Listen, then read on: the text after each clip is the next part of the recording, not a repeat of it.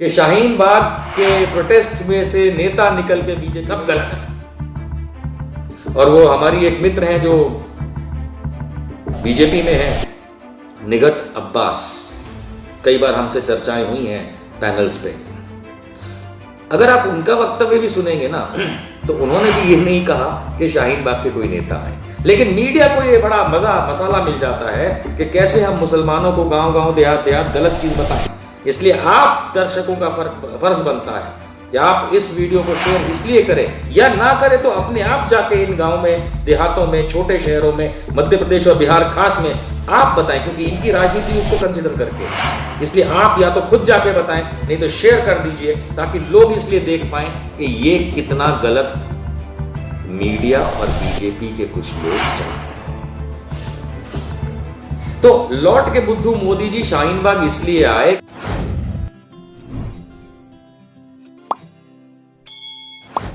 और चर्चा ये चल गई और शर्म आती है कि नेशनल मीडिया में ये चर्चा चल गई, ये खबर छप गई, ये लिखना दिखाना शुरू कर दिया कुछ ने कि भाई शाहीन बाग के प्रोटेस्टर, यानी जो विरोध कर रहे थे शाहीन बाग के अंदर सीएए एनआरसी का, उनमें से कुछ नेताओं ने भारतीय जनता पार्टी ज्वाइन कर ली। नहीं, ऐसा नहीं हुआ, ऐसा कतई नहीं हुआ। मध्य प्रदेश और बिहार के लिए खास, क्योंकि पहुंचाइएगा शेयर करके उनके गांव-गांव, देहात-देहात तक में। ये इसलिए मैं खास बता रहा हूं क्योंकि जो ये मीडिया तो बताएगा नहीं, और भारतीय जनता पार्टी जो आपके साथ खेल खेलेगी, आपकी ये 22 सीटों में मध्य प्रदेश में और बिहार में, मैं क्लैरिफाई कर दे रहा हूं इस समय। राष्ट्रीय उलेमा काउंसिल कोई ऐसी संस्था नहीं है जहां पे उलेमा को आप लेके बैठ जाओ। ये एक पॉलिटिकल पार्टी है, राजनीतिक पार्टी है, खेल खेल रही है। दूसरी बात कि ये शाहिद अली जो है, ये कभी भी सीएए के प्रोटेस्ट में शाहीन बाग का कभी नेता नहीं था, कभी नेता नहीं था। और ये अगर भारतीय जनता पार्टी में गया है और उसकी न्यूज आप लोगों को ऐसी दिखाई जा रही है कि शाहीन बाग के प्रोटेस्ट के नेता, मुस्लिम नेता ज्वाइन किया, कतई नहीं। शाहीन बाग एक एरिया का नाम है, जगह का नाम है, जो एक विस्तार है, उस जगह का नाम है शाहीन बाग, जो कि ओखला गांव से सटा हुआ जामिया नगर में। उस शाहीन बाग में बहुत सारे मुसलमान रहते हैं, और हर पार्टी को या बिना पार्टी के सपोर्ट वाले भी रहते हैं।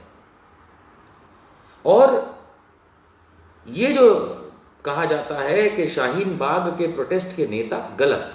शाहीन बाग के कुछ मुसलमान बीजेपी में ज्वाइन हुए हैं, शाहीन बाग एरिया के, विस्तार के, शाहीन बाग लोकेलिटी में, बड़ी लोकेलिटी है, बहुत बड़ी, उसमें से कुछ मुसलमान ये शाहिद अली लेकर के गया है बीजेपी में ज्वाइन करा।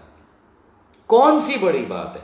इसी शाहीन बाग के एरिया में, जामिया नगर में, एमआरएम के नेता रहते हैं, मुस्लिम राष्ट्रीय मंच जो कि आरएसएस का है, उसके नेतागण रहते हैं, उसके मेंबर रहते हैं। तो कौन सी बड़ी बात है कि कुछ मुसलमान बीजेपी आरएसएस के मेंबर हैं? कौन सी बड़ी बात है? लेकिन आपको न्यूज क्या दिखाई गई कि शाहीन बाग के प्रोटेस्ट में से नेता निकल के बीजेपी में गए, कतई सब गलत। और वो हमारी एक मित्र हैं जो बीजेपी में है, निगत अब्बास, कई बार हमसे चर्चाएं हुई हैं पैनल्स पे। अगर आप उनका वक्तव्य भी सुनेंगे ना, तो उन्होंने भी ये नहीं कहा कि शाहीन बाग के कोई नेता है, लेकिन मीडिया को ये बड़ा मसाला मिल जाता है कि कैसे हम मुसलमानों को गांव-गांव, देहात-देहात गलत चीज बताएं। इसलिए आप दर्शकों का फर्ज बनता है कि आप इस वीडियो को शेयर इसलिए करें, या ना करें तो अपने आप जाके इन गांव में, देहातों में, छोटे शहरों में, मध्य प्रदेश और बिहार खास में आप बताएं, क्योंकि इनकी राजनीति उसको कंसिडर करके है। इसलिए आप या तो खुद जाके बताएं, नहीं तो शेयर कर दीजिए, ताकि लोग इसलिए देख पाएं कि ये कितना गलत मीडिया और बीजेपी के कुछ लोग चला रहे हैं।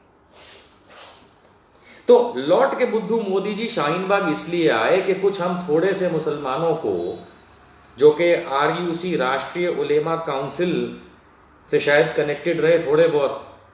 और राष्ट्रीय उलेमा काउंसिल पॉलिटिकल पार्टी का एक शॉर्ट बैकग्राउंड मैं आपको दे दूं।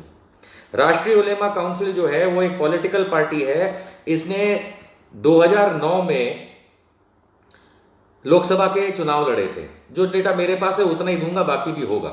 2009 में 5 सीटों पे लोकसभा इलेक्शन लड़े थे और इन 5 सीटों पे टोटल 2.5 लाख वोट मिले थे टोटल 2.5 लाख, मतलब एवरेज 50,000 वोट मिले होंगे। एवरेज कहीं ज्यादा कहीं कम, मीन एवरेज 50,000 वोट इनको शायद एक सीट के मिले होंगे। ऐसी 5 सीटें इन्होंने लड़ी थी। स्वाभाविक है कोई भी सीट जीते नहीं थे। और उसके बाद उत्तर प्रदेश के जो चुनाव हुए थे विधानसभा के, उसमें 400 से ज्यादा सीटें हैं। आप जानते हैं उत्तर प्रदेश में 100 सीटें लड़ी थी इन्होंने। राष्ट्रीय उलेमा काउंसिल ने 100 सीटें लड़ी थी विधानसभा की उत्तर प्रदेश की, और 100 सीटों का टोटल 6 लाख वोट आए थे।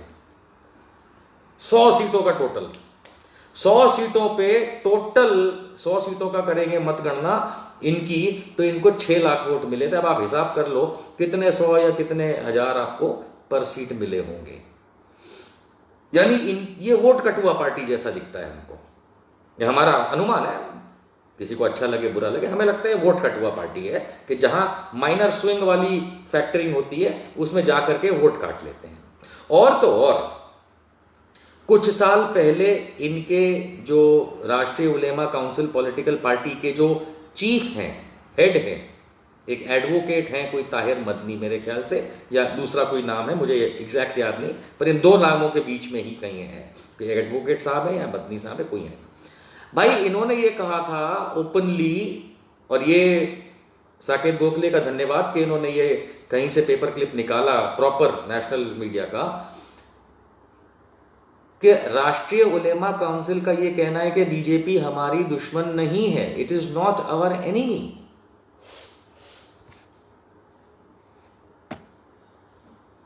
राष्ट्रीय उलेमा काउंसिल ने चंद साल पहले डिक्लेयर किया ऑफिशियली कि भारतीय जनता पार्टी मुसलमानों की या इनकी दुश्मन नहीं है। और अब जब 2019 के महीने में, 2019 के साल में जब CAA का प्रोटेस्ट चल रहा था, जब CAA का प्रोटेस्ट चल रहा था शाहीन बाग दिल्ली में, तब इन्होंने ऑफिशियली उसमें, officially in the sense party के तौर पे पार्टिसिपेट किया, और इनके मेरे ख्याल से अध्यक्ष अरेस्ट हुए थे। इसमें वो शाहिद अली नहीं था, वो पहले ही छोड़ चुका था। शायद ये दिखाना चाहते थे कि जो पहले बीजेपी इनकी दुश्मन नहीं थी, जो इन्होंने कुछ साल पहले कहा था, उसके बाद शायद कोशिश की होगी कि भारतीय जनता पार्टी मुस्लिम राष्ट्रीय मंच RSS का जो निकला हुआ है उसके साथ मिल करके ये कुछ साठगांठ करके अपने फायदे कर ले। ये मेरा ओपिनियन है, और ना हो पाया हो इसलिए फिर अब ये खड़े हो गए हैं ये कहने के लिए कि नहीं साहब हम तो भाजपा के खिलाफ हैं, देखिए हम CAA के प्रोटेस्ट में हैं, है ना। ये राजनीति छोटी छोटी होती है। खैर, राष्ट्रीय उलेमा मंच जो पॉलिटिकल पार्टी है, राजनीतिक दल है, उलेमाओं से कोई लेना देना इसका एज सच जो धार्मिक होता है उस हिसाब से नहीं है। ये आपको बेवकूफ बनाने के लिए बीजेपी के खिलाफ हो जाती है, बीजेपी के साथ हो जाती है, और मुसलमानों के चंद वोट शायद इधर उधर घुमा देती है। इससे ज्यादा इसका काम नहीं है। और शाहिद अली जैसे लोग जो हैं ये कहीं भी शाहीन बाग के प्रोटेस्ट में इन्वॉल्व नहीं थे, और ना उसके नेता थे, और ये भारतीय जनता पार्टी में गए, कोई बड़ी बात नहीं है। मुस्लिम राष्ट्रीय मंच के लोगों को मैं जानता हूं, मेरे साथ डिबेट पे बैठ चुके हैं, उसी एरिया में रहते हैं, और मुस्लिम राष्ट्रीय मंच RSS का है। और भाई साहब देखिए, मुसलमानों को प्रताड़ित बहुत तरीकों से किया गया है ना। अब मैं एक एग्जांपल देता हूं आपको, बोलते पे मेरी हंसी छूटेगी, शायद सुनते पे आपकी हंसी छूट जाए। RSS जो है, राष्ट्रीय स्वयंसेवक संघ जो है, उसका एक मुस्लिम विंग है, उसमें कई मुस्लिम्स हैं। उस मुस्लिम विंग का नाम है MRM, मुस्लिम राष्ट्रीय मंच। यह RSS का है, इसमें कई मुसलमान हैं, जी अनवर साहब सही कहा आपने। आपने नाम सही दिया, रशीद मदनी, आमिर रशीद मदनी। खैर, तो वो प्रेसिडेंट बाटला हाउस के मामले के अंदर एससी में रिट किया हुआ था। मैं बिल्कुल समझता हूँ, ये आप जो अनवर साहब बता रहे हैं, ये नाम जो बता रहे हैं, ये बिल्कुल सही बता रहे हैं, ये राष्ट्रीय उलेमा काउंसिल के प्रेसिडेंट का नाम है। खैर, तो मुस्लिम राष्ट्रीय मंच जो है, जो आरएसएस की पांख है, आरएसएस का है, राष्ट्रीय स्वयंसेवक संघ। राष्ट्रीय स्वयंसेवक संघ उस गोलवालकर का जो मुसलमानों को कहता है यहां से निकल जाओ, तुम हमारे नहीं हो। सारा दिन सोशल मीडिया पे आप लोग देखते हैं कि मुसलमानों की जगह नहीं है हिंदुस्तान में, है ना? यही कहते हैं ना लोग, तुम पाकिस्तान चले जाओ, तुम फलाने चले जाओ, तुम यहां चले जाओ, तुम वहां चले जाओ, यही बोलते हैं। और कुछ नहीं तो हमने कितने घटिया स्तर की बहसबाजी या घटिया स्तर की पोस्ट देखी हैं, मेन स्ट्रीम मीडिया तक में घटियापन होता है मुसलमानों को लेके, चाहे वो उल्लू का पट्टा सुधीर चौधरी हो, चाहे वो बेवकूफ दीपक चौरसिया जैसे घटिया लोग हों। और सोशल मीडिया की तो बात ही जाने दीजिए, कितनी गंद मुसलमानों के खिलाफ फैलाते हैं संगी। पर क्या आप जानते हैं मुसलमान दोस्तों, और खास करके ये अब वो एमआरएम वालों के लिए जो मुस्लिम राष्ट्रीय मंच में हैं, जरा कभी झुक के अपने आप से पूछना कि तुम कौन हो। मुस्लिम राष्ट्रीय मंच के राष्ट्र अध्यक्ष, नेशनल प्रेसिडेंट ऑफ मुस्लिम राष्ट्रीय मंच ऑफ आरएसएस का नाम है इंद्रेश कुमार। आरएसएस के अंदर जितने भी मुसलमान हैं, चाहे वो आरएसएस के अंदर डायरेक्टली हो, चाहे बीजेपी के अंदर हो, उनकी दो कौड़ी की औकात बना देते हो जब तुम मुस्लिम राष्ट्रीय मंच के भी प्रेसिडेंट, चीफ या मेन जो कहा जाएगा हेड, वो एक हिंदू रखते हो जिसका नाम है इंद्रेश कुमार। और कहने का मतलब यह है कि तुम आरएसएस वाले तो मुसलमानों को अपने घर में भी दबा रहे हो, लेकिन वो गधे के बच्चे कौन है जो जाके दब रहे हैं? कोई ईमान नहीं है उन लोगों का। माफ कीजिएगा, गाली निकलते निकलते रुक गई। क्या कोई ईमान नहीं है कि तुम मुस्लिम राष्ट्रीय मंच में एक मुसलमान चीफ नहीं बना सकते? इंद्रेश कुमार को बनाते हो, शाबाश। खैर, तो शाहीन बाग को लेकर के अब ये जो नई राजनीति शुरू करी है, इसके अंदर आम आदमी पार्टी का भी एक रोल है। और आम आदमी का पार्टी का रोल ये है कि आपको याद होगा कि 2015 के इलेक्शन में नीतीश कुमार को मिलने गए थे केजरीवाल, और ये अब दोबारा वही खेल शुरू होगा कि नीतीश कुमार को किसी तरीके से अब तो ये टारगेट करके निकाल देंगे, लेकिन अरविंद केजरीवाल और नरेंद्र मोदी ये अपनी टीम्स के थ्रू मुसलमानों को जिस तरीके से कवर करके यहां पे गिल्ली डंडा खिलाने की बात करेंगे, मुझे शक है कि कहीं फरवरी 2020 अब इसी साल दोबारा रिपीट ना हो कहीं और, क्योंकि इनके पास कुछ बचा नहीं है कि कैसे मध्य प्रदेश की 22 सीटें जीतनी है और कैसे चुनाव जीतना है बिहार का। जैसा मैंने आपको बताया, चीन fail, Pakistan fail, economy fail, corona fail, नौकरी फेल, किसान फेल, पैसा फेल, खुद की कमाई फेल गवर्नमेंट की, आरबीआई तक से पैसे लोन ले रहा है, विदेशों से पैसा लिया है, सब कुछ फेल, और अंत में राम भी फेल। हर चीज इनकी फेल हो चुकी है। लौट के बुद्धू नरेंद्र मोदी शाहीन बाग आए, बिहार और मध्य प्रदेश। अगर तुमने अब भी अगर नालायकों को वोट दिया तो तुम्हारी आईक्यू पे सवाल उठा जाएगा, तुम्हारी सोच पे सवाल उठ जाएगा। हां, मैं मना करता हूं, काले कुत्ते को वोट दे देना, पर मोदी के नाम पे वोट मत देना। सही सुना, काले कुत्ते को वोट दे देना, मोदी के नाम पे वोट मत देना। क्यों? क्योंकि देश खत्म कर रहा है ये आदमी। अरेस्ट करोगे? औकात नहीं है, जिसको करनी है कर लो। काले कुत्ते को वोट करना, नरेंद्र मोदी को मत करना, बिहार और मध्य प्रदेश, क्योंकि हर हाल में ये हिंदू मुसलमान कराएगा।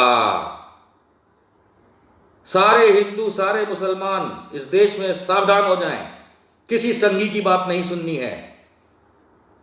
ना ये दलितों के हैं, ना एससी के, ना एसटी के, ना मुसलमान के, ना ओबीसी के, ना क्रिश्चियन के, तो हैं किसके ये? साला आपस में तुमको लड़ा देते हैं और तुम चक्कर गिन्नी खा के बेवकूफों की तरह लड़ भी जाते हो। अब के कोई संगी आए लड़ाने के लिए, उल्टा टांग देना पंखे से, गोल गोल घुमाना ससुरे को।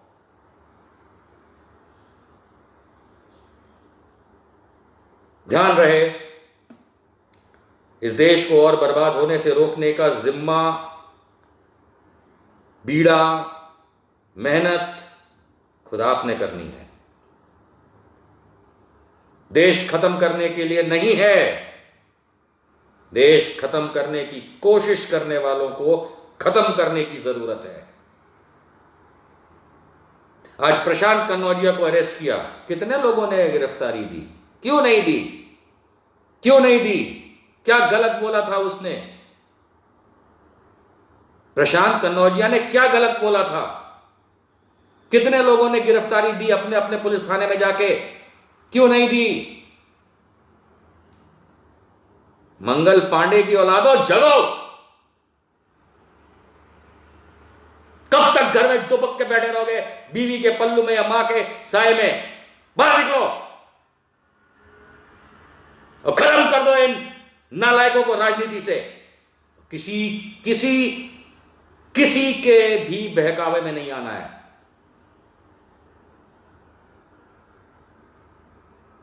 जय हिंद।